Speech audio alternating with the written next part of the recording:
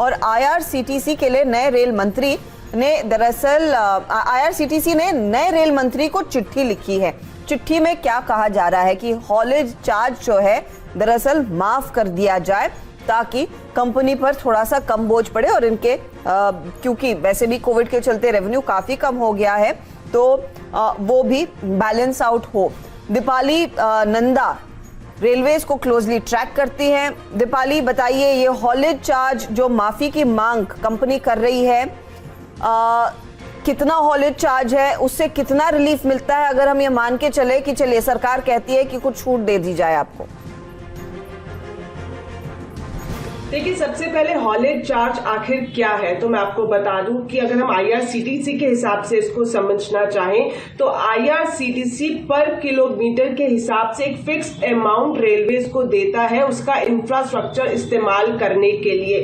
खास तौर पर जो ट्रैक्स हैं, जो सिग्नलिंग व्यवस्था है, इसके समय जो दूसरा रेलवे से जुड़ी हुई संपत्ति है जिसका इस्तेमाल आईआरसीटीसी तेजस चलाने के लिए करता है बतौर प्राइवेट ट्रेन ऑपरेटर, उसको माफी लेकर चिट्ठी लिखने जा रही है आईआरसीटीसी सूत्रों से हमें ये जानकारी मिल रही है कि जल्द ही नए रेल मंत्री से ये गुहार लगाई जाएगी कि लॉकडाउन और कोविड संकट के बीच में तेजस को 2 बार बंद किया गया।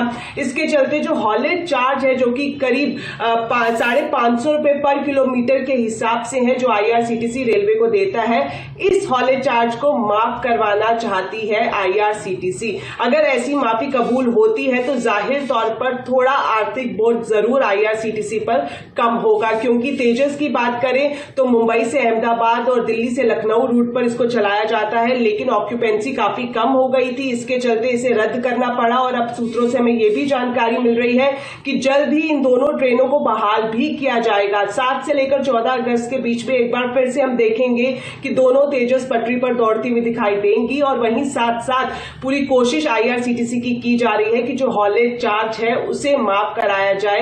रेलवे के जो नए मंत्री आए हैं उनके सामने ये जल्द ही सबमिशन कराया जाएगा आईआरसीटीसी की तरफ से।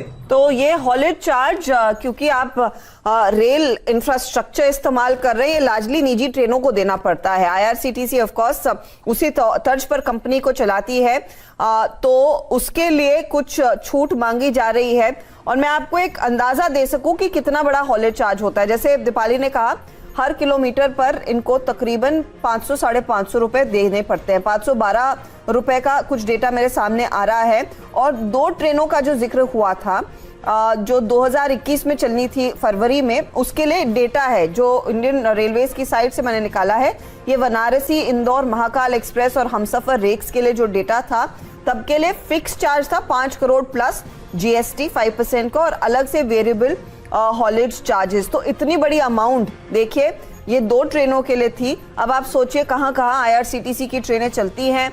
स्पेसिफिकली ये तेजस के लिए लागू होगा जो स्पेसिफिक ट्रेन्स आईआरसीटीसी चलाती है। और अगर वो हॉलेज चार्ज में वाकई में माफी मिलती है, कुछ रियायत मिलती है, छूट मिलती है, स्टॉक के लिए पॉजिटिव होगा।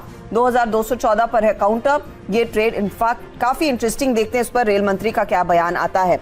गावा साहब, 1% ऊपर 2214 के लेवल्स पर आईआरसीटीसी पर कॉल दीजिए प्लीज।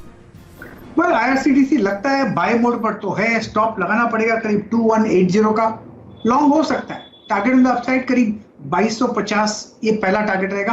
फिर एक हायर लेवल देखने को भी मिल सकते हैं, 2300 भी पॉसिबल है, लेकिन यस फर्स्ट 2250 एक ट्रेडिंग बैट बनता है आईआरसीटीसी। लेकिन ये इन्वेस्टमेंट ग्रेड स्टॉक है, होल्ड करना चाहिए। ओके, तो ये आईआरसीटीसी इन्वेस्टमेंट ग्रेड के लिहाज से एक अपॉर्चुनिटी